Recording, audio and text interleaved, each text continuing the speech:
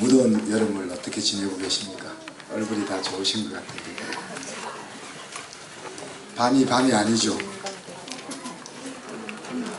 지난주에 우리가 이 세상에 살면서도 천국을 살 수 있는 비결을 배웠습니다. 무엇입니까? 천국을 사는 비결? 쥐죽은 듯이 고요하시네. 지난 한 주간 동안 뜨거운 가운데 지옥같이 사신 것 같아요. 하나님을 아는 지식이 충만한 그것이 천국을 사는 비결이다. 그렇게 이야기했습니다. 하나님을 아는 지식의 정도가 내 삶의 풍성한 정도다. 그리고 이 하나님을 아는 지식이 없으면 아쉬운 것이 아니고 망하는 인생이 된다. 그랬습니다. 그죠? 그래서 성경에서 지식은 이제 두 가지로 이야기할 때가 있는데, 더 이상 변화할 수 없는 온전한 지식, 또 한 가지는 자라가는 지식. 그래서 저와 여러분이 하루, 1년, 2년, 10년 이렇게 시간이 지나면은 점점점 서로를 더 알아가는 내용이 많아지잖아요. 그래서 여기서 하나님이 나의 구원자시다 하는 그 하나님을 아는 지식도 두 가지 측면을 같이 가지고 있습니다. 하나님이 나의 구원자시라는 것이 흔들리지 않는 지식으로 가슴에 새겨지지만은 사실 그 내용의 정도는 또 마치 우리가 서로 시간이 지나면서 점점점 그 알의 깊이가 더해가는 것처럼 하나님이 전능하시다, 하나님이 사랑이시다 하는 이 모든 하나님의 지식도 그냥 순간에 이루어지는 부분과 지속적으로 자라가는 이 두 부분을 같이 가지고 있습니다. 그래서 우리가 지난 시간에 한 열 몇 가지 간단하게 하나님을 아는 지식에 대해서 생각해 봤는데, 저는 하나만 소개하면은 전능하신 하나님을 저는 잘 알고 있습니다. 그래서 그 아는 정도를 우리가 7단계로 나누어 볼 때 한 5단계에서 6단계까지는 와 있다. 그렇게 보아집니다. 그래서 제가 겁나는 게 없잖아요. 왜요?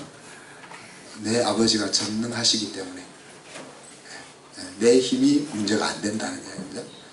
그런 이야기입니다. 여러분, 여호와 일의 하나님을 정말 우리가 어느 정도 알고 있느냐.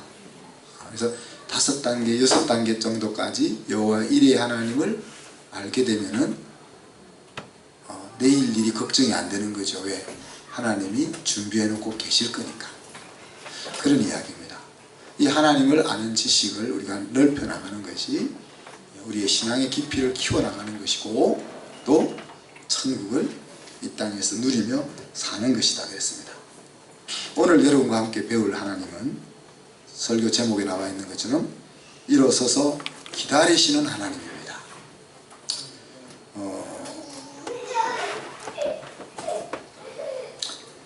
이스라엘 백성들은 하나님을 향한 심지가 견고하지 못해서 조그마한 일들이 다가오면 마음이 흔들렸죠.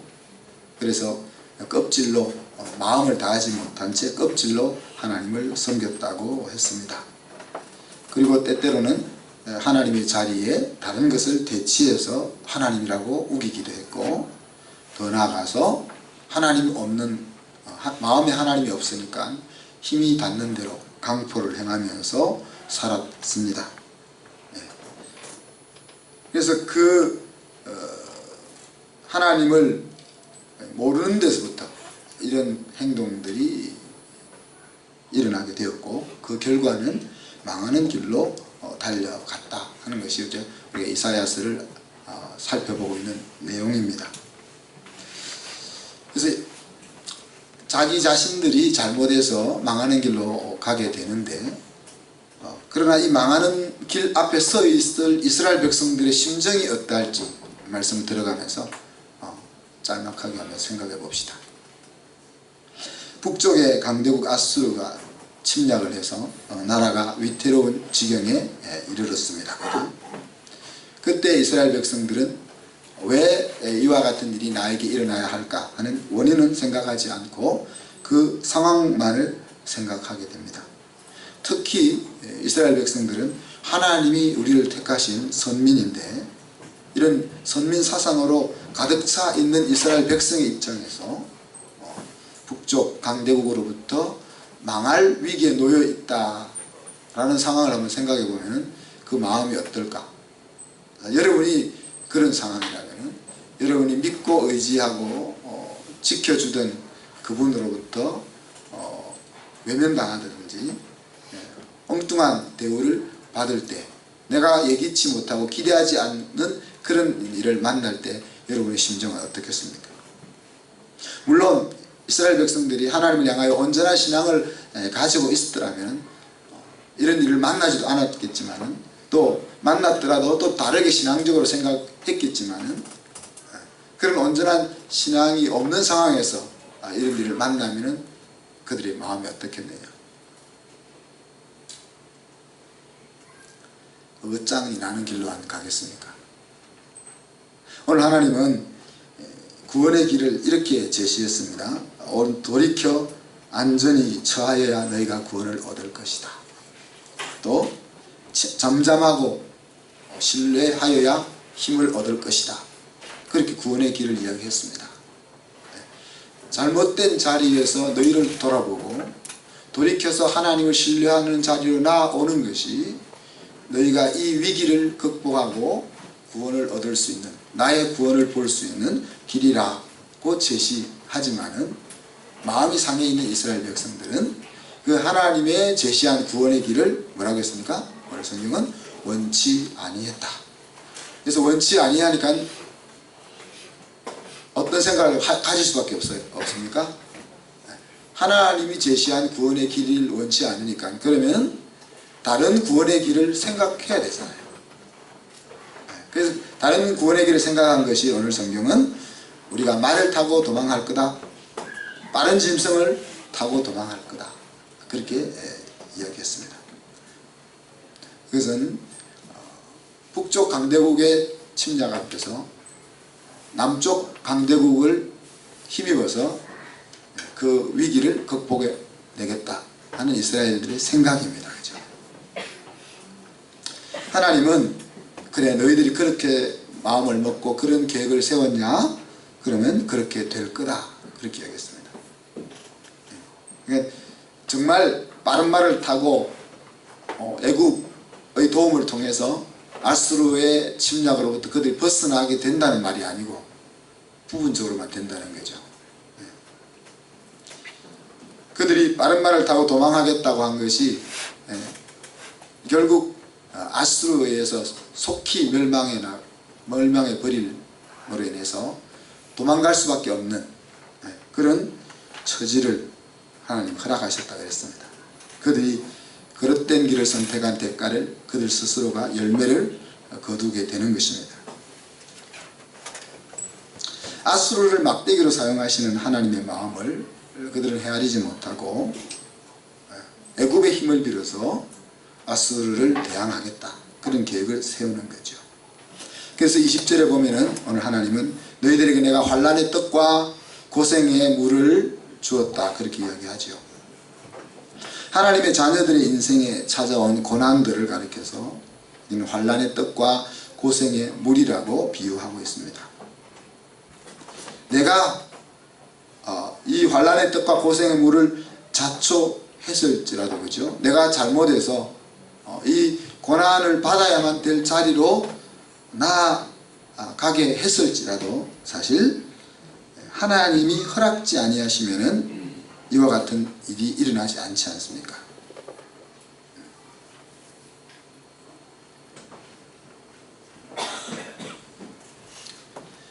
사실 하나님이 우리에게 환난의 떡과 고생의 물을 허락하시는 이유는 어디 있습니까?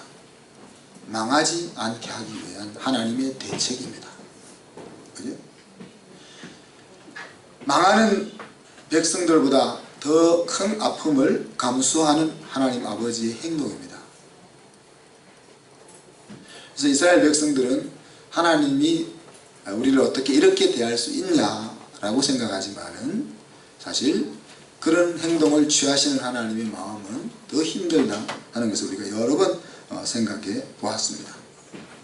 자, 이런 상황 가운데서 18절에 보면 그러나 라는 말로 역전시키고 있죠. 하나님께서 이스라엘 백성들에게 살 길을, 하나님의 구원을 보여주시지만은 이스라엘 백성들은 하나님의 구원을 받으려 하지 아니하고 인간적인 생각을 통해서 구원을 얻으려고 계획했고, 그 결과 그들은 망할 수밖에 없는 다리로 치닫고 말았습니다. 그래서 그러면 이제 끝난 거예요, 그죠? 내가 너희들에게 살 길을 주었지만 너희들은 내가 준 살 길을 받지 않고 너희 망하는 길을 택해서 갔으니까 너희가 선택한 대로 망하거라 하고 끝나버릴 수 있는 상황입니다.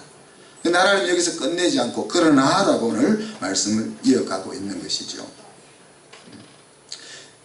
그래도 말귀를 못 알아듣고 삐져서 자기 길로 이스라엘 백성들이 치달아 갔지만은 오늘 말씀은 내가 은혜를 베풀려고 기다리고 있다. 내가 너에게 너를 긍휼히 여기기 위해서 일어나겠다. 그렇게 말씀하십니다. 이걸 그림을 한번 잘 그려보십시오, 여러분.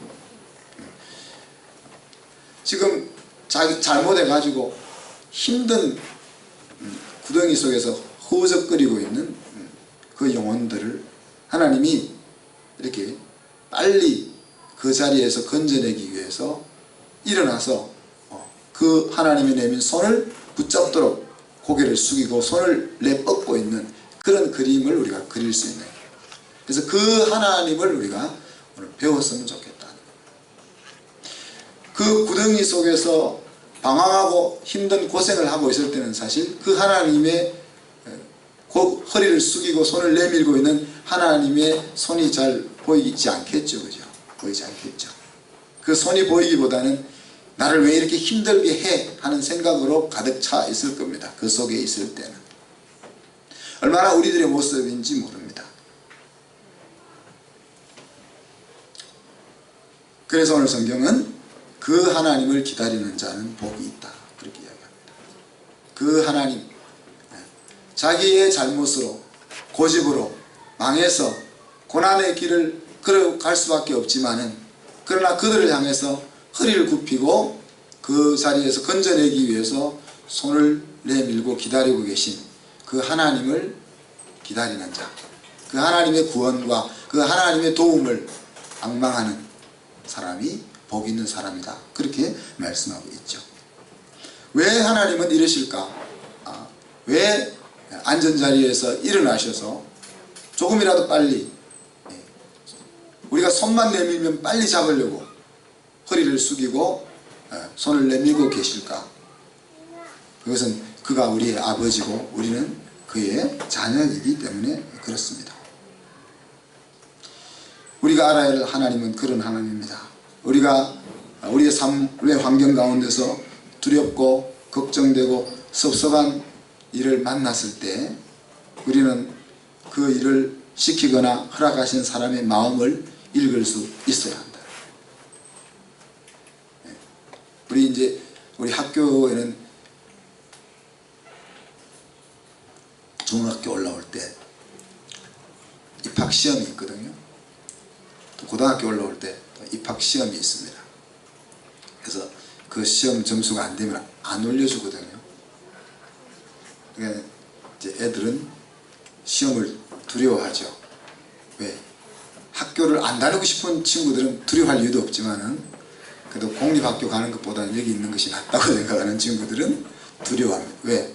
이제 그 시험을 통과 못하면 학년을 못 올라가니까 한 해를 더 해야 되든지, 한 해를 더 하든지, 한 해를 더 하면 창피하니까 또 나갈 거 아닙니까?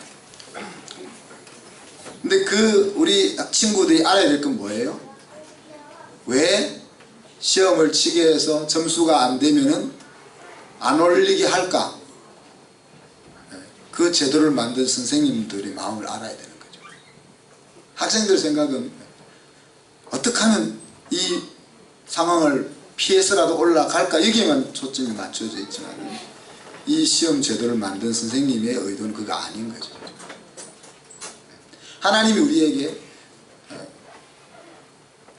고난의 떡과 환난의 물을 마시게 할 때 네가 잘못했으니까 그 대가를 네가 치루어, 라고 하지 않는다는 이야기죠.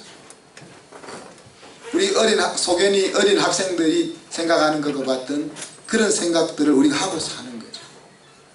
이 시험은 왜 만들어가지고 시험을 만든 의도는 생각지 않고 시험이 힘든 부분만을 생각하는 것처럼 우리도 어려움을 만났을 때 이 어려움을 힘들게 허락하시는 하나님의 심정을 생각하기보다는 나의 힘든 부분만을 생각한다는 이야기입니다. 19절에 보면 우리가 하나님의 다스림 안에서 살아야 될 이유들을 소개해 줍니다. 시온에 거주하며 예루살렘에 거주하는 백성들에게 라고 우리 성경은 표현하지만은 원어 성경은 이렇게 이야기합니다. 오 시온의 백성이여, 오 예루살렘에 사는 백성이여. 똑같은 말을 두 번 반복하고 있습니다. 그 말은 하나님을 왕으로 모시고 살고 있는, 하나님의 다스림 아래 살고 있는 백성들아, 그런 뜻이죠. 너희는 이제 더 이상 눈물이 없을 것이다. 너희 부르짖는 소리를 인하여 내가 은혜를 베풀 것이고 너희 부르짖음에 응답하겠다. 그렇게 말씀하십니다. 자녀들이 도와달라고 울 때 하나님은 얼마나 은혜로우신가, 어느 순간 그렇게 이야기하고 있습니다. 도와달라고 울부짖을 때 하나님은 그 울부짖음 앞에서 한없이 은혜로우신 분이다 하는 거죠. 그래서 그 소리를 즉시 듣고 곧바로 응답하시는 분이 하나님이다 라고 소개하고 있습니다. 그러니까 시온의 백성으로 사는 것, 예루살렘의 백성으로 사는 것, 그런 사람이 복된 자리에 있다는 이야기예요. 이스라엘 백성들이 지금 자기의 죄악으로 인하여 고난과 멸망의 자리에 서 있지만은 이 고난과 심판의 예언과 이어 하나님은 회복의 날을 또 소개하잖아요. 그래서 회복의 날을 환난의 떡과 고생의 물이 이제 어떻게 되었습니까? 20절에 보니까 서성이 숨기지 않으실 것이다. 그래서 여기서 NASB에서는 이 서성을 하나님으로 번역하고 있습니다. 그게 무슨 말입니까? 옛날에는 환난의 떡을 먹고 고생의 물을 마셔도 그 이유를 생각해 보려고 하지도 않는 거죠. 그리고 섭섭해하기만 하고, 그래서 행동은 엉뚱한 길로 가는 거죠. 그런데 이제 하나님의 회복의 날에는 스승이 이거를 숨기지 않는다는 거예요. 그 말은 이제 우리 백성들이 환난의 떡과 고생의 물을 만났을 때 이것이 왜 나에게 왔는지 하는 것들을 생각해 볼 수 있도록 마음이 열리게 된다는 이야기죠. 근데 그것이 이제 어떤 성경은 스승으로, 어떤 성경은 하나님으로 그렇게 설명을 하고 있습니다. 그러므로 너희가 볼 것이다. 하나님의 뜻이 무엇인지, 하나님이 너희에게 왜 이와 같은 것을 허락하고 있는지를 가슴으로 볼 수 있게 될 거다. 그래서 어리석은 길로 달려갔었지만은 더 이상 그 어리석은 길을 계속해서 달려가지 않고 이제는 돌이키게 된다는 거예요. 21절에 이렇게 이야기했습니다. 어떤 상황에서도 걸어가야 할 길을 알려줄 거다. 22절에서는 우상을 불결한 물건을 던지듯이 던져버릴 것이다. 그렇게 표현하고 있습니다. 그래서 은으로 입히고 금으로 입혔던 것을, 은과 금을 여자들이 얼마나 좋아합니까? 은과 금으로 만든 보석과 장식들을 얼마나 귀하게 여깁니까? 그런데 그것이 쓰레기장에 있는 지저분하고 더러운 것처럼 보여진다는 거예요. 이 눈이 바뀐 거죠. 은과 금으로, 심지어 우상에게 은과 금을 뒤집어 씌우면 더 많은 것을 얻을 수 있을까 싶어서 그죠. 그러던 사람들이 그렇게 귀하게 생각하던 그것들을 쓰레기장에 있는 찌끼같이 바라보면서 그를 던져버린다. 그렇게 하겠습니다. 마치 사도 바울이 하나님을 만나고 나서 자기 인생에 그렇게 추구하고 대단한 것으로 여겼던 모든 것들을 배설물처럼 여길 수 있었던 것 같은 그런 일이 하나님의 회복의 날에 이루어질 것이다 그랬습니다.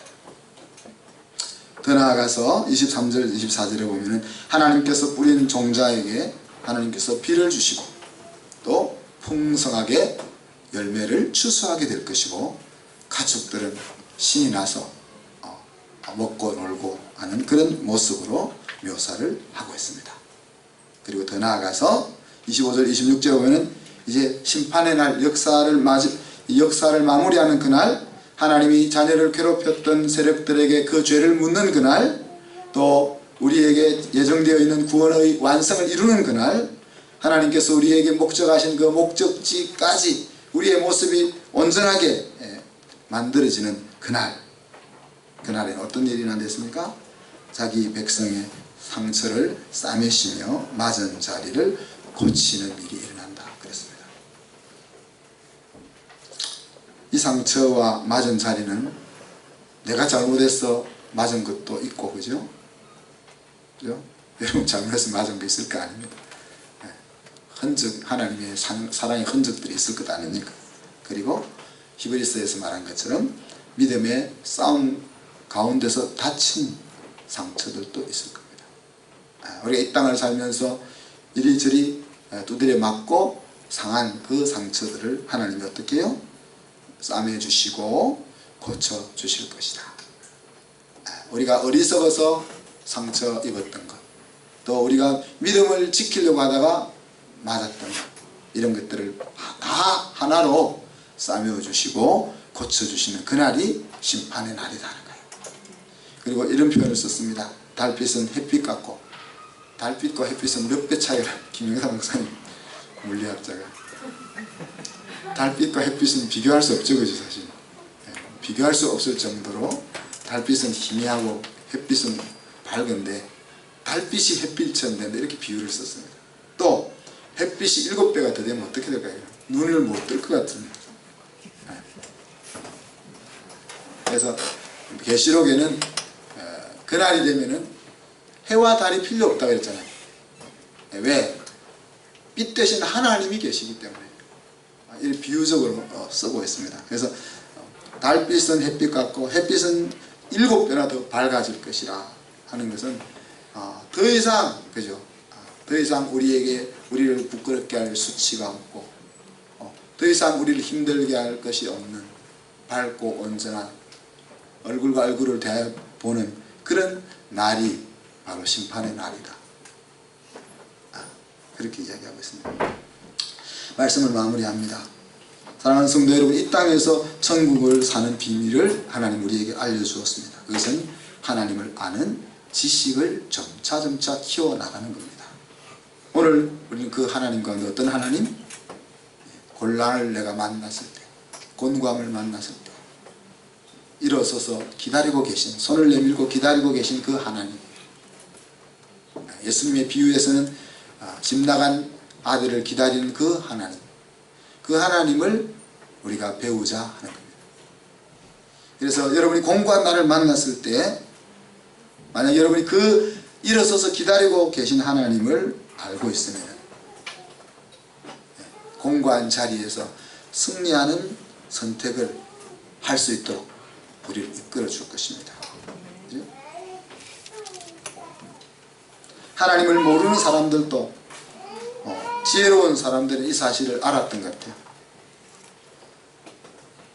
제가 언제 한번 삼국지를 다 봤거든요. 2번쯤 봤는데 거기 보니까 이런 비슷한 내용이 나오더라고요. 복은 화를 담고 오고 화 뒤에도 복이 숨어 있다. 그런 말을 중국 성현들이 했더라고요. 그러니까 우리가 좋은 일이 오면 어떻게 됩니까? 좋은 일이 오면 좋은 일 때문에 너무 경거망동하다가 뒤에 뭐가 화가 따라온다는 거죠. 근데 화가 있는 가운데서도 사실 그 화를 잘 넘어서면 그 뒤에 복이 숨어 있는 것을 하나님 모르는 사람들도 알고 있었더라는 거죠. 그래서 자만하지 않으려고 했었고, 그죠? 승리할 때, 잘 될 때, 그 뒤에 따라올 화를 맞지 않으려고, 자만하지 않으려고 했었고, 또 또 복을 입었을 때, 너 화를 당했을 때 그 화로 인해서 주저앉지 않기 위해서 인내하는 모습들을 조상들이 보였던 것이죠. 사랑하는 성도, 우리가 기억해야 될 것은 이 놀라운 하나님의 축복들을 가질 수 있는 자는 누구라는 겁니까? 하나님의 집에 사는 자들에게만 해당된다는 겁니다. 하나님의 자녀로 사는 자들에게만 하나님의 회복이 약속되고 있다 하는 사실을 우리는 반드시 기억해야 합니다. 언제요? 여러분이 어려움을 만났다면 지금 기억해야 하고, 또 앞으로 인생을 살아가는 가운데 어려움을 만났을 때 이 하나님을 기억할 수 있었으면 좋겠습니다. 그래서 하나님을 아는 지식이 날로 점점 더 커져서 우리가 어떤 환경 속에 처할지라도 천국을 사는 저와 여러분이 되기를 주님의 이름으로 축복합니다. 기도하겠습니다. 하나님 아버지, 사랑과 은혜를 감사합니다. 여호와를 아는 것이 지식의 근본일 뿐 아니라 이 땅을, 이 환난 많고 우여곡절이 많은 이 세상을 천국으로 사는 비결이라고 하였습니다. 오늘 이 사회를 통해서 환난의 떡을 먹는 자기의 자녀들을 향하여 일어서서 허리를 굽히고 손을 펼치고 계신 그 하나님을 우리가 배웠습니다.